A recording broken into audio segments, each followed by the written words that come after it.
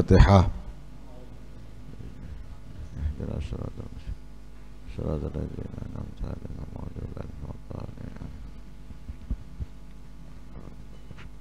Assalamualaikum warahmatullahi wabarakatuh.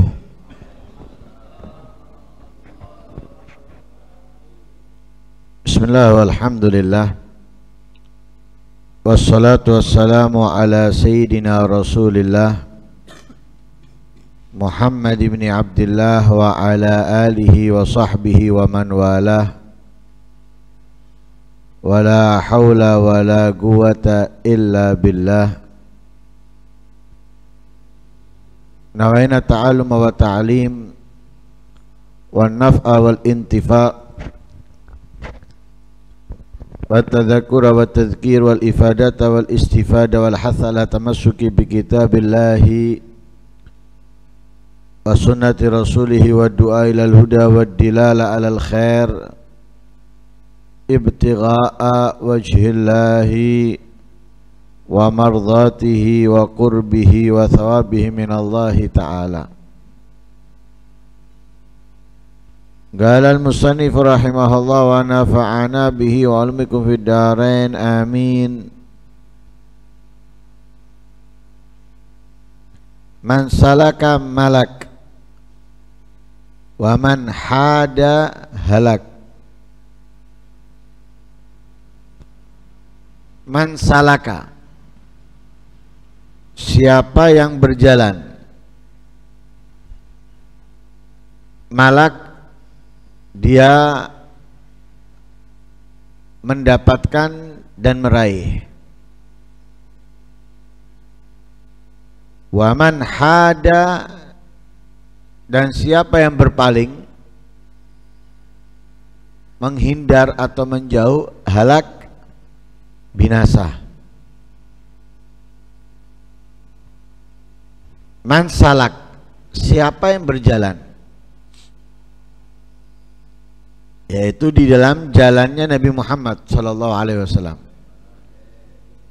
meneladani dan mengikuti Nabi,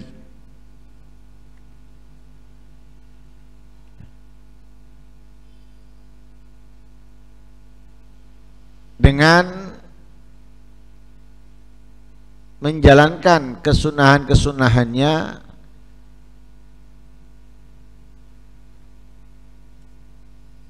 mempersiapkan diri untuk kematiannya, puas dengan apa yang dimilikinya, malak, ia menjadi raja untuk dirinya. Ia mendapatkan yang menggembirakan dan yang menyenangkan dirinya di dunia maupun di akhirat.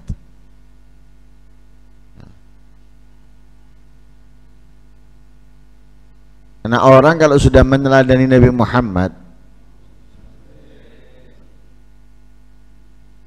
dia akan mendapatkan semua yang menyenangkan untuknya. Bukan hanya kelak di akhirat, tapi di dunia. Karena orang-orang yang seperti itu jauh dari setan. Jadi hidupnya mandiri, hidupnya merdeka, tidak diatur oleh setan, tidak diatur oleh hawa nafsu.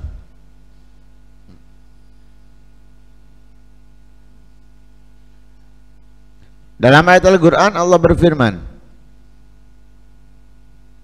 innahu laisa lahu sultanun ala alladhina amanu wa ala rabbihim yatawakkalun innama sultanuhu ala alladhina yatawallawnahu walladhina hum bihi musyrikun. Setan itu dapat mengganggu, dapat merusak orang-orang yang berpaling dari Nabi Muhammad, dari ajarannya Allah Subhanahu wa ta'ala. Nah, ini setan punya kuasa penuh kepadanya. Tapi orang-orang yang beriman, orang-orang yang berpasrah diri kepada Allah, yang meneladani mengikuti Nabi Muhammad, setan nggak punya kuasa untuk mengaturnya, untuk memerintahkannya. Jadi benar-benar pintunya setan untuk mengganggunya itu sempit. Jalan menuju untuk mengganggunya susah.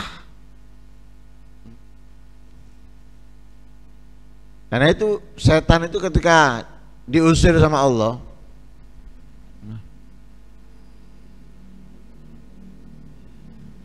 ngancam Allah dengan mengatakan la atiyannahum min baini aydihim wa min khalfihim wa an aymanihim wa an syama'ilihim wa la tajidu aktsarahum syakirin. Ini saya katanya setan, aku akan mengganggu mereka, akan aku rusak mereka, yaitu manusia. Nah, karena kekesalannya kepada Nabi Adam. Jadi mereka itu adalah Nabi Adam dan anak cucunya akan diganggu sama setan, akan dikacaukan urusan mereka oleh setan, dari depan, dari belakang, dari kanan, dari kiri. Artinya apa? Dari semua aspek kehidupannya sudah. Urusan pekerjaan, urusan rumah tangga, urusan pendidikan, urusan kedudukan, harta, ini setan berusaha untuk merusak, berusaha untuk mengacaukannya. Tapi setan mengatakan apa? Wala tajidu aktsarahum syakirin. Engkau tidak akan mendapatkan banyak daripada mereka bersyukur. Berarti apa? Dipahami dari dalam ayat itu ada yang setan tidak bisa mengganggu mereka. Bukan nggak bisa mengganggu total, enggak, sulit. Nah, kita kalau melakukan sesuatu yang sangat sulit, males.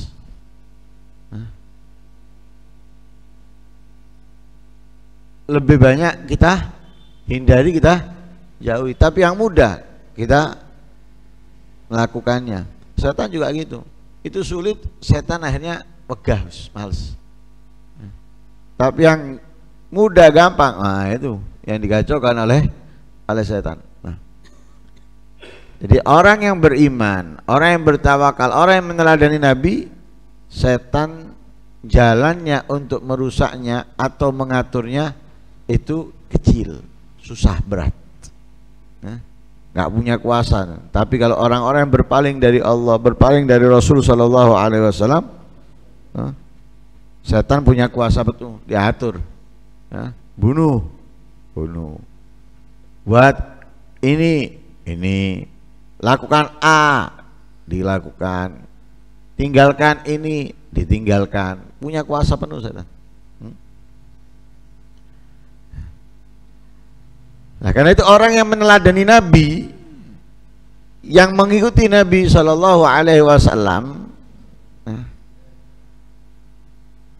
hidupnya itu enak.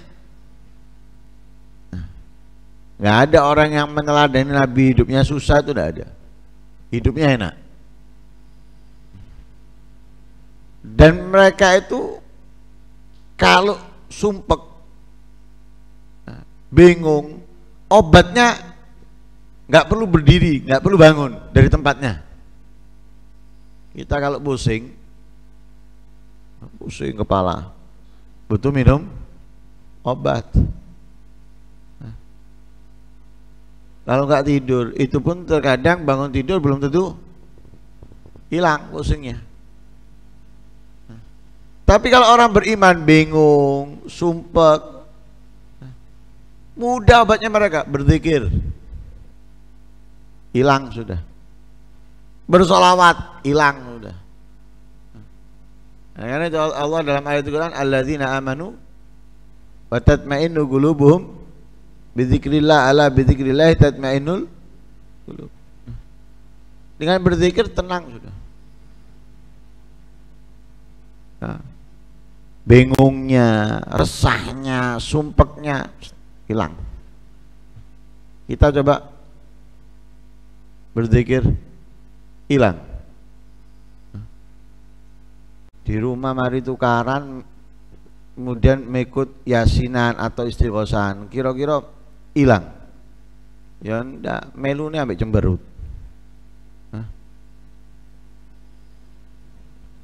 Ada temen yang ngajak ngomong sedikit langsung murup, ngamuk. Kenapa? Mari tukaran. Zikir nggak menghilangkan. Kenapa? Nah, itu tadi belum mengikuti Nabi, belum meneladani Nabi, belum berjalan di jalannya Nabi. Zikir nggak membuat kita tenang masih. Tapi mereka enggak membuat mereka tenang. Zikir itu tenang mereka. Hilang semuanya sudah. Hilang semuanya. Karena apa? Mengikuti Nabi sesuai dengan janjinya Allah, man amila salihan min dzakarin aw untha wa huwa mu'minun falanuhyiyannahu hayatan thayyibah wa lanajziyannahum ajrahum bi ahsani ma kanu ya'malun. Orang yang beramal soleh, dia beriman, laki maupun perempuan, dijanjikan oleh Allah, falanuhyiyannahu hayatan thayyibah, akan aku berikan kepada dia kehidupan yang enak. Wa lanajziyannahum ajrahum, dan aku berikan kepada mereka balasan ganjaran bi ahsani ma kanu ya'malun, lebih baik dari apa yang mereka lakukan. Jadi balasannya lebih baik dari apa yang kita kerjakan. Dikasih kehidupan yang enak, dikasih ganjaran lebih baik dari apa yang dikerjakannya. Tentunya dengan apa? Nah, meneladani Nabi, kita akan mendapatkan itu semuanya. Ya, mendapatkan ketenangan, ya, tidak menjadi orang yang bingung, menjadi orang yang merdeka, tidak diperbudak oleh setan ataupun nafsu, benar-benar merdeka. Tidak ada cawe-cawe siap orang lain sudah, tidak ada cawe-cawe makhluknya Allah. Tidak ada cawe-cawe daripada makhluknya Allah sudah. Hanya Allah yang mengaturnya, hanya Nabi yang mengarahkannya, sudah selesai. Tidak ada setan, tidak ada nafsu, merdeka dia. Ibadah tenang, ibadah tenang, nggak bingung. Hadir walimah atau tahlilan atau istighosan atau maulid dan lain sebagainya itu nggak bingung.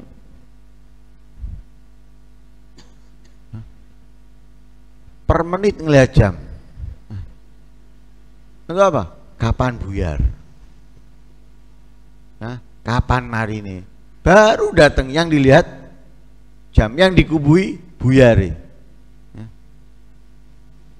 Atau yang diinginkan berkata nih. Makanya kebanyakan kalau hal-hal seperti ini tekoni kapan? Wis ngareni tekoni sing delok jam terus. Tapi coba undangan makan, enggak, sing enggak didelok jam, durung wayahe wis berangkat. Cepet deh, jari ini jam 7, jam 7 kurang wis ngenteni ngarep omahe makan, atau dijanjeni hadiah gitu, wah sebelum jamnya atau tepat datang. Tapi kalau enggak. Karena apa? Masih ada nafsu yang ngatur, masih dikendalikan oleh setan. Belum adzan, nyantai dulu, Adzan baru. Berangkat sekarang katanya poni ya. Tenang. Masih jam sekian. Belum dibuka tempatnya. Ini itu ada dalam pikiran kita, dalam diri kita. Tapi kalau orang beriman enggak. Orang yang meneladani Nabi enggak. Sudah siap sebelumnya. Sampai digambarkan oleh Nabi orang yang ke masjid itu yang berangkat sebelum waktunya, dalam arti azan sudah di masjid. Jadi sebelum azan sudah siap dan sudah berangkat. Ketika azan sudah di masjid, ini wajahnya bercahaya seperti matahari, sangat terang. Kenapa? Tidak dikendalikan oleh nafsu dan nggak ngurus dia. Tujuannya memang sholat, tapi dia menginginkan lebih awal untuk bisa iktikaf, mungkin bisa baca ini, bisa baca itu dan lain-lain sebagainya. Kalau dia bersama azan berangkatnya, dia kan nanti ketinggalan ini, ketinggalan itu, nggak mau dia. Begitu juga kebaikan-kebaikan yang lain, nggak pernah mau telat dia. Nggak mau ngareni, nggak mau. Nah itulah orang-orang yang meneladani Nabi SAW. Ya. Jadi tidak dikendalikan oleh nafsunya, tidak dikendalikan oleh setan, dia bebas. Dalam menjalankan kebaikan itu tidak ada gopo dan buyar. Ya. Kepingin selesai, enggak. Malah justru asik dia. Bahkan menanti-nanti, karena itu sifatnya orang mukmin itu ya, dari sholat menuju sholat itu sudah dinanti-nanti. Kapan zuhur ini ya, sholat subuh sudah menanti zuhur ya, sudah kepingin sholat zuhur, padahal antara subuh dengan zuhur ada sholat duha ya, tapi sudah menanti-nanti dia. Kenapa? Ingin ya, ke masjid ya, ingin berjamaah dan yang lain sebagainya. Benar-benar merdeka, nggak diatur. Kalau kita kan diatur, kon kesel, istirahat atau dhisik, engko ono meneng, diatur. Jangan sekarang, nanti aja, besok aja dan yang lain sebagainya. Waman hada halak. Orang yang berpaling dari Nabi Muhammad ya, dari ajarannya Nabi Muhammad, orang yang lupa kematian, lupa azab kubur atau azab neraka, atau orang yang mencintai dunia, halak, akan hancur dan kehancurannya nyata dan jelas. Dia akan menjadi orang yang rugi dunia akhirat, berpaling dari Nabi Muhammad, dari ajarannya Nabi Muhammad, sudah pasti hancur, nggak diragukan, sudah pasti hancur kalau berpaling dari ajarannya Nabi Muhammad SAW.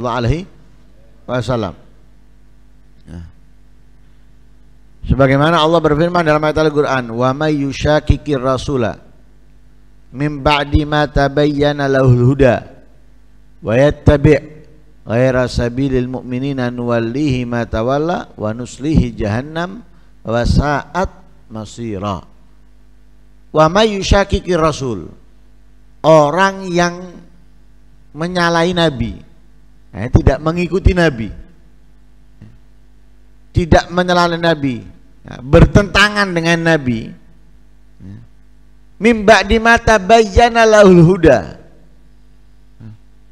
setelah dijelaskan, diterangkan, ini baik, ini bagus, ini mulia, ini istimewa, ini buruk, ini penyakit, ini menyesatkan, ini kezaliman, sudah dijelaskan. Menyalahi nabinya, tidak mengikuti arahan nabinya. Wa yattabi' ghaira sabilil mu'minin, tidak meneladani jalannya orang-orang yang beriman. Sudah diarahkan nabinya, kemudian tidak mengikuti jalannya orang-orang yang beriman. Berarti jalannya siapa yang diikutinya? Ya, di jalannya al-kafirun, jalannya al-munafikun, jalannya al-musyrikun. Yang diikuti jalannya selain orang-orang yang beriman. Kemudian apa yang dia dapatkan? Surga, rahmat, ampunan, hidayah? Enggak. Yang dia dapatkan nuwallihi ma tawalla. Yang akan menjadi pemimpinnya adalah orang-orang yang jauh dari Allah. Yang menjadi pemimpinnya adalah orang-orang yang sesat, orang-orang yang zalim, orang-orang yang jahat, orang-orang yang dimurkai oleh Allah, yang dijadikan oleh Allah pemimpin untuknya. Jadi dia dikendalikan orang-orang yang dibenci oleh Allah, diatur oleh orang-orang yang dibenci oleh Allah. Nah, kalau sudah seperti itu, bukan surga tempatnya, tapi apa? Wanuslihi jahannam, akan dimasukkan oleh Allah kepada neraka jahannam. Yang jelas imamnya dia bukan Nabi Muhammad, jalannya dia bukan jalannya orang-orang yang beriman. Imamnya adalah orang-orang yang dimurkai oleh Allah, orang-orang yang dibenci oleh Allah, orang-orang yang menyesatkan.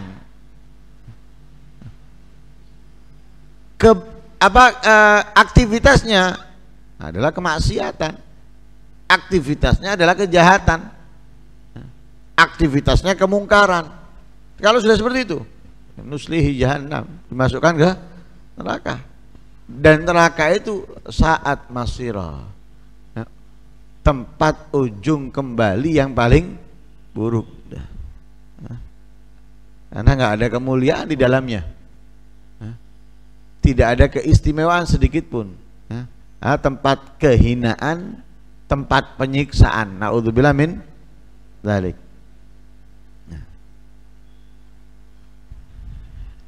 Lah karena itu kita jangan berpaling dari ajarannya Nabi Muhammad.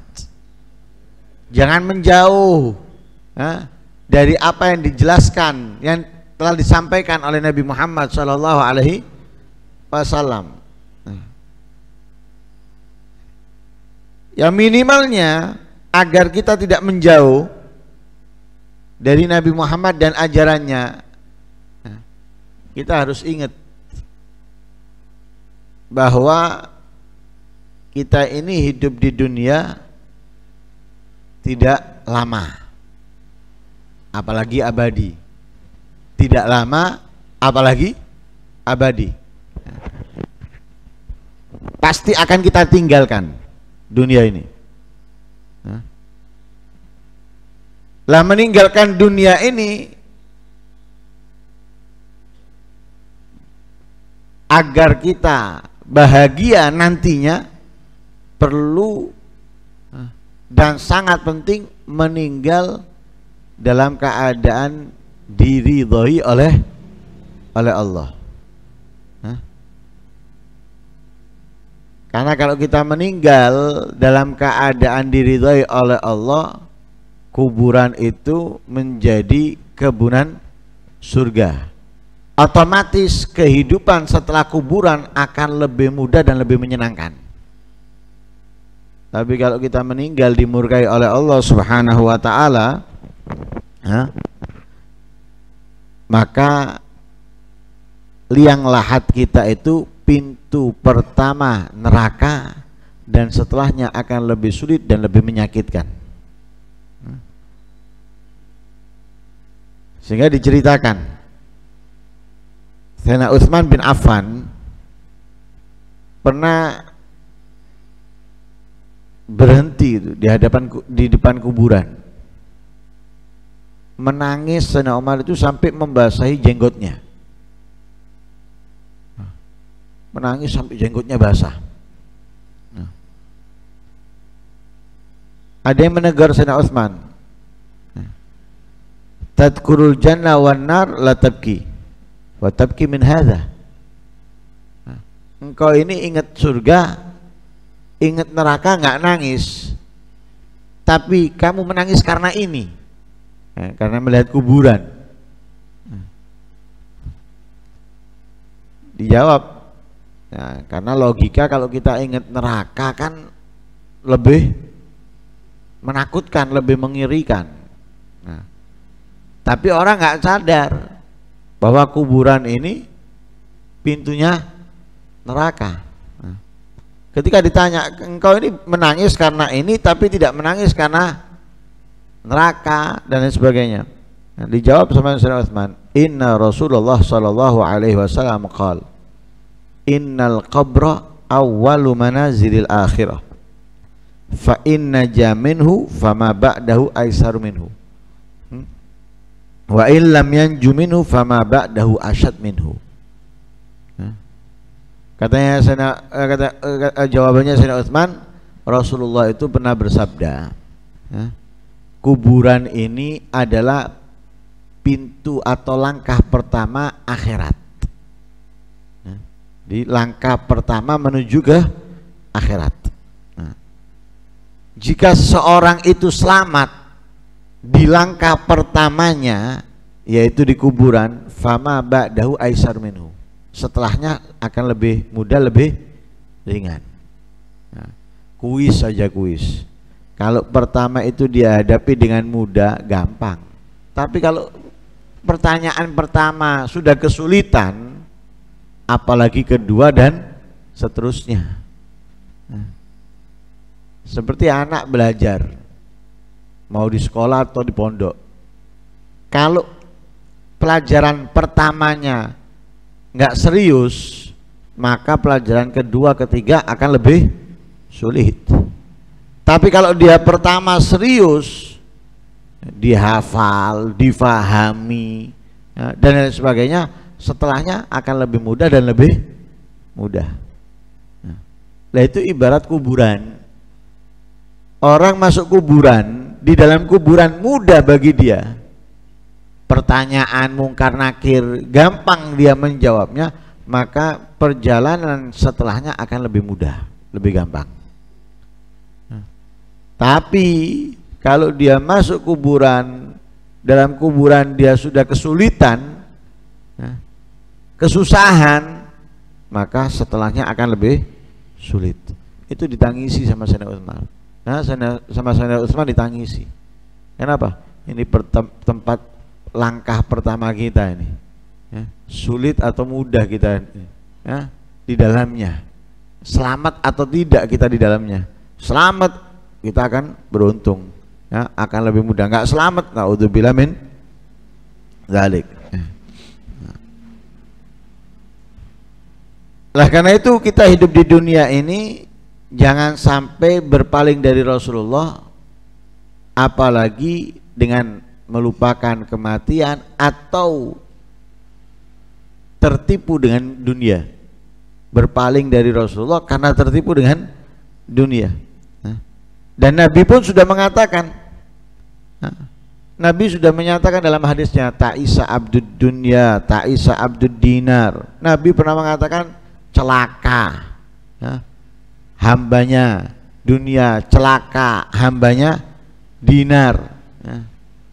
Nabi sudah menyatakan, kita berpaling dari Nabi hanya kemudian tertipu dengan dunia. Sedangkan Nabi sudah menyatakan kepada kita bahwa dunia itu